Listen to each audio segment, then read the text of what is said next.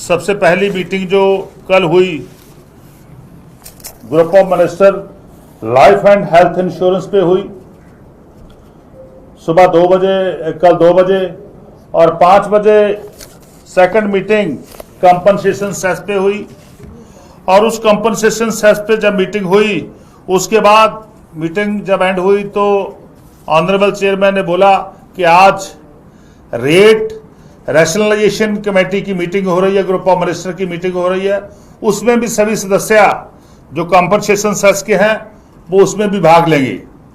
तो उसी इनवाइट से हम आज की मीटिंग में भी हमने पार्टिसिपेट किया, क्योंकि जब से जीएसटी आया है, जब से 2017 से लेके आज तक जब से जीएसटी देश में इंट्रोड्यूस हुआ है, तो इसमें अभी तक 27 टाइम इसमें एग्जम्पशन दी गई है।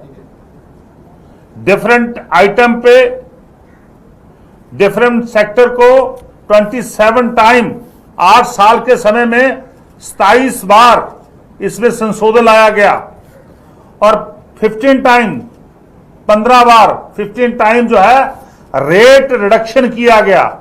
यानी रेट को किसी को 28 से 18, 18 से 28, 12 से 15, 5 से 12, ये लगातार एक्सरसाइज जो है जीएसटी काउंसिल में पिछले 8 साल से हो रही है।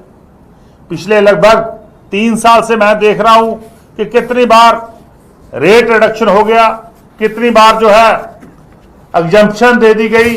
अब भी जो नया देश के प्रधानमंत्री साहब ने ऐलान किया है कि हम 2 स्लैब बनाएंगे, एक 5% की, एक 12% की, 12% की, एक 5% की और दूसरी 12% की स्लैब जो हम आने वाले समय में लाएंगे, और सभी की दिवाली बनाई जाएगी।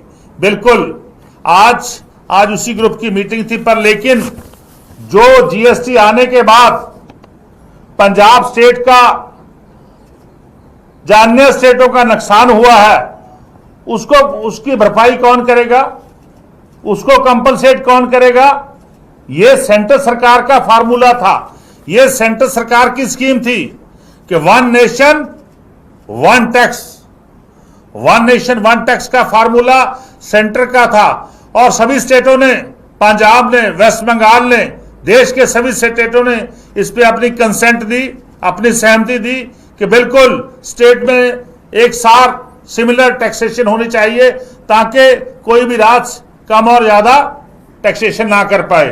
पर लेकिन इसका बहुत बड़ा नुकसान जो है, मैं पंजाब के तरफ से बात कर रहा हूं, क्योंकि पंजाब का पक्ष मैंने इन तीनों जीओ में रखा, तीनों ग्रुप ऑफ मिनिस्टर में रखा। पंजाब का अब तक जो नुकसान हुआ है वो 1,11,045 करोड़, 1,11,045 करोड़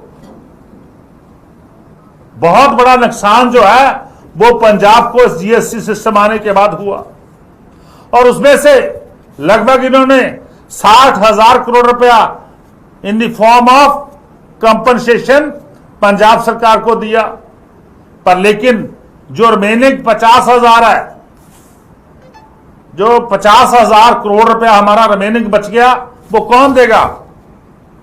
सो इसका मतलब जब से जीएसटी सिस्टम आया है, सेंट्रल सरकार भारतीय जनता पार्टी कोई ना कोई संशोधन करती रहती है, कोई ना कोई अमेंडमेंट करती रहती है, पर कभी भी किसी नतीजे पे नहीं पहुंची। और लगातार देश के टैक्स पेयर को परेशान किया जा रहा है, देश के लोगों को परेशान किया जा रहा है, देश के सिस्टम को बर्बाद करने का काम किया जा रहा है। और लगातार बहुत सारे स्टेट हैं जिनका नुकसान हो रहा है कंटिन्यूसली, जो लगातार जिनका रेवेन्यू में नुकसान हो रहा है, उसकी भरपाई करने से अब मैं समझता हूं सेंट्रल सरकार पीछे हट गई। क्योंकि जब कल कंपनसेशन सेस की मीटिंग थी तो उन्होंने बोला कि जो कंपनसेशन सेस का लोन था, जो लोन लेके इन्होंने स्टेटों को दिया था पैसा, जैसे मैं बात बता रहा हूं कि 60,000 करोड़ की, वो लोन अब 31 अक्टूबर में उस लोन की रीपेमेंट हो जाएगी, वो लोन खत्म हो जाएगा। और उसके बाद कंपनसेशन सेस जो है, जो सिनगुड पे लगा हुआ था, जो इंजरीज टू हेल्थ होती हैं, जो सेहत के लिए हानिकारक बसते हैं उनके ऊपर, सिनगुड के ऊपर स्पेशल टैक्स लगा हुआ था। वो जो स्पेशल टैक्स था उसकी कलेक्शन जिन राज्यों का नुकसान होता था उनको मिलती थी। वो आज जो नया रेट रेशनलाइजेशन कमेटी की रिपोर्ट आ रही है उससे पता चलता है कि अब उन सिनगुड के ऊपर भी टैक्स जो है कम किया जा रहा है, उनकी टैक्स स्लैब जो है उसको भी कम किया जा रहा है। तो मेरा कहने का भाव है कि हमारा लगभग 50,000 करोड़ रुपए का जो हमारा रेवेन्यू इसका नुकसान हुआ है स्टेट का, वो कौन पे करेगा? क्या केंद्र सरकार पे करेगी? और लगभग हमारा 8,000 करोड़ से ऊपर जो है आरडीएफ का पैसा रोका हुआ है सेंट्रल सरकार ने। और कल ही 2 दिन पहले हमारा जो प्रधानमंत्री सड़क योजना है उसके तहत लगभग 1,000 करोड़ रुपए उसके तहत रोक लिया। तो सेंटर की तरफ पंजाब का लगभग 60,000 करोड़ रुपया बनता है जो हमारा सेंटर की तरफ पेंडिंग पड़ा है, जिसमें 50,000 करोड़ रुपया जो जीएसटी आने के बाद स्टेट का नुकसान हुआ और लगभग 8,000 करोड़ रुपए से ऊपर, क्योंकि अभी मैंने इंटरेस्ट कैलकुलेट नहीं किया, 8,000 से ऊपर आरडीएफ का पैसा और 1,000 जो है वो हमारे सड़कों का पैसा और लगभग 60,000 करोड़ रुपया जो जीएसटी आने के बाद भारतीय जनता पार्टी की गलत पॉलिसीज के कारण पंजाब को नुकसान हुआ है। तो मैं समझता हूं सेंट्रल सरकार को यह पैसा तुरंत जारी करना चाहिए, क्योंकि हमने वन नेशन वन टैक्स में अपने आप को शामिल किया। हम इसमें टैक्स में ना शामिल करते तो हमारी टैक्स कलेक्शन तो बहुत ज्यादा हो जाती। इसका कारण है कि हमने सेंटर की बात मानी, हमने देश के साथ खड़े हुए, पर लेकिन नुकसान किसको हुआ? पंजाब स्टेट को। और बहुत सारे अन्य राज्य हैं जिनको बहुत बड़ा नुकसान हुआ। तो मैं समझता हूं केंद्र सरकार को तो हमारे तुरंत जो 60,000 करोड़ रुपया है वो तुरंत जारी करना चाहिए। आज की ये हमारी, इसीलिए मैं आपसे मुखातब हुआ था। धन्यवाद। पहले भी जब स्वास्थ्य की बात आ रही थी तब भी आप कह रहे थे कि केंद्र पैसे नहीं दे रहा और केंद्र कह रहा था कि हम पैसे दे रहे हैं। आप बड़ा नंबर बता रहे हैं 60,000 करोड़ रुपए का। क्या केंद्र कह रहा है इस पैसे को लेकर कि क्या होना है? देखिए, जब जीएसटी आया था, जीएसटी आने के बाद कंपनसेशन सेस के रूप में 14% ग्रोथ के तहत, के 14% ग्रोथ के तहत आपको पैसे मिलेंगे। भाई जो राज्य इसमें आएंगे उसकी ग्रोथ हो या ना हो, उसको 14% 14% के तहत आपको रेवेन्यू के पैसे मिलेंगे। तो हमारा रेवेन्यू तो बनता था, जो हमने कैलकुलेट किया वो 2,37,530 करोड़ रुपए, 2,37,530 करोड़ रुपए। तो हमें जीएसटी के तहत कितना मिला? 1,26,485 करोड़ रुपए। तो लॉस कितना हो गया? 1,11,045 करोड़ रुपया। तो उसमें सेंटर ने कितना दिया? 60,000 करोड़ रुपया। रिमेनिंग जो 50,000 करोड़ से ऊपर रह गया वो कौन देगा? वो कौन देगा? क्योंकि सेंटर ने बोला था कि जो भी स्टेट लॉस में जाएगा, जिसका भी नुकसान होगा, जिस भी स्टेट का नुकसान होगा, उस नुकसान को सेंटर सरकार, केंद्र सरकार उसकी भरपाई करेगी, उसको कंपनसेशन के रूप में पैसे देंगे। अब कंपनसेशन सेस भी बंद कर दिया।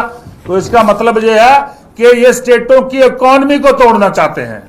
भारतीय जनता पार्टी का जो हिडन एजेंडा है वो स्टेटों की इकोनॉमी को शेल्टर करना, उनको तोड़ना, उनको तबाह करना, उनकी आर्थिकता को तबाह करना। ये फेडरल स्ट्रक्चर के ऊपर भारतीय जनता पार्टी का, मैं समझता हूं, अब से सबसे बड़ा हमला है कि जो स्टेटों के अपने अपने अधिकार हैं उनको कैसे सीमित करना है। क्योंकि जब उनके पास पैसे नहीं होंगे, उनका नुकसान होगा, वो किसके पास आएंगे?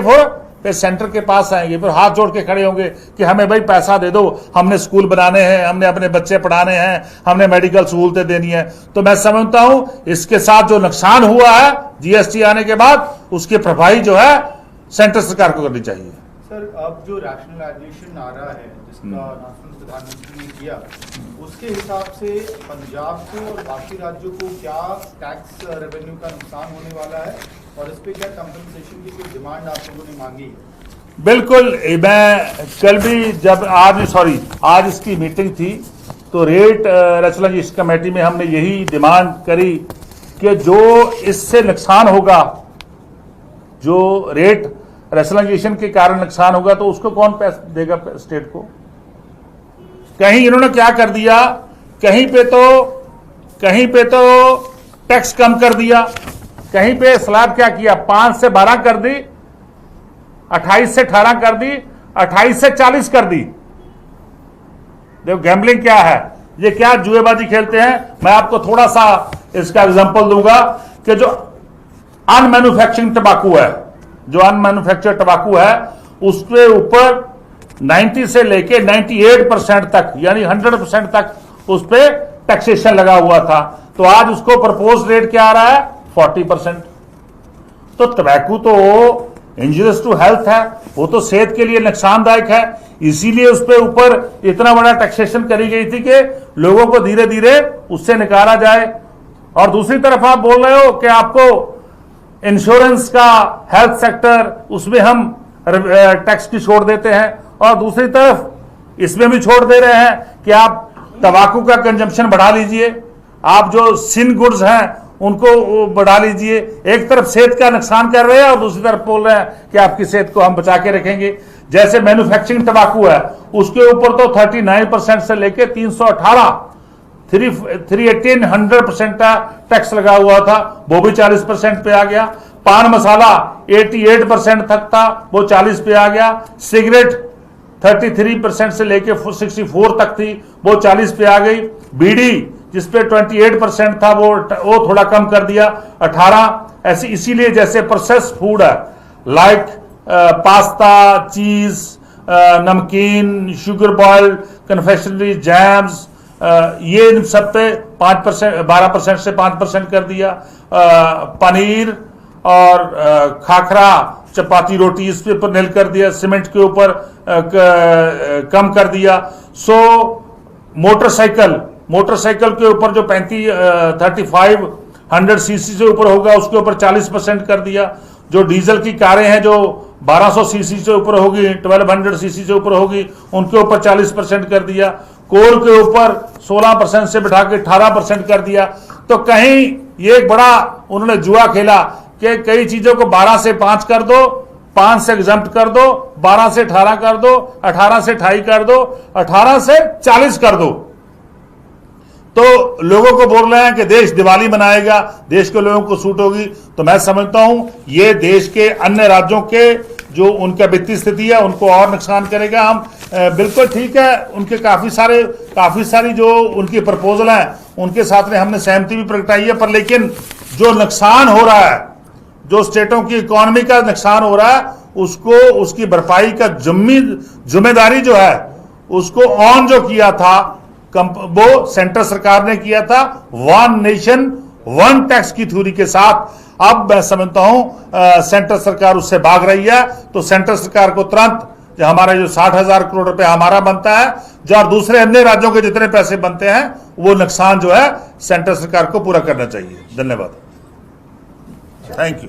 केंद्र सरकार जो कह रही है कि दिवाली पे गिफ्ट मिलेगा, चीजें सस्ती हो जाएगी, तो क्या ये एक्चुअली में होगा या फिर आपके हिसाब से नहीं होगा? नहीं, कई जगह पे सस्ता होगा, कई जगह पे महंगा होगा। कुछ लोगों को राहत मिलेगी, कुछ लोगों को पेनलाइज किया जाएगा। कहीं पे रेट कम हो गए, कहीं पे रेट बढ़ जाएंगे।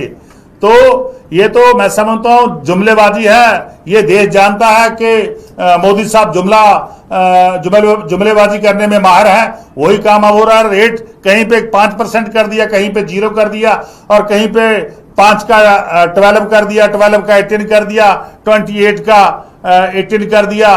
और सिन गुड पे जो मैं समझता हूं इंजरीज टू हेल्थ हैं, जो आपकी सेहत के लिए नुकसानदायक है, उनके ऊपर 40% कर दिया। तो मैं समझता हूं जुआ खेलने का काम भारतीय जनता पार्टी ने किया। और मैं इसके लिए जितना हम एग्जम्पशन के खिलाफ नहीं है, हम एग्जम्पशन के खिलाफ नहीं है, हम चाहते हैं कि एग्जम्पशन होनी चाहिए, पर लेकिन जो नुकसान हो रहा है, जो स्टेटों की इकोनॉमी का नुकसान हो रहा है, वो उसकी जो है उसको कंपनसेट सेंट्रल सरकार को करना चाहिए, जैसे पहले 5 साल करते रहे हैं, और आगे भी इसको कंटिन्यू करना चाहिए, इसको बंद नहीं करना चाहिए।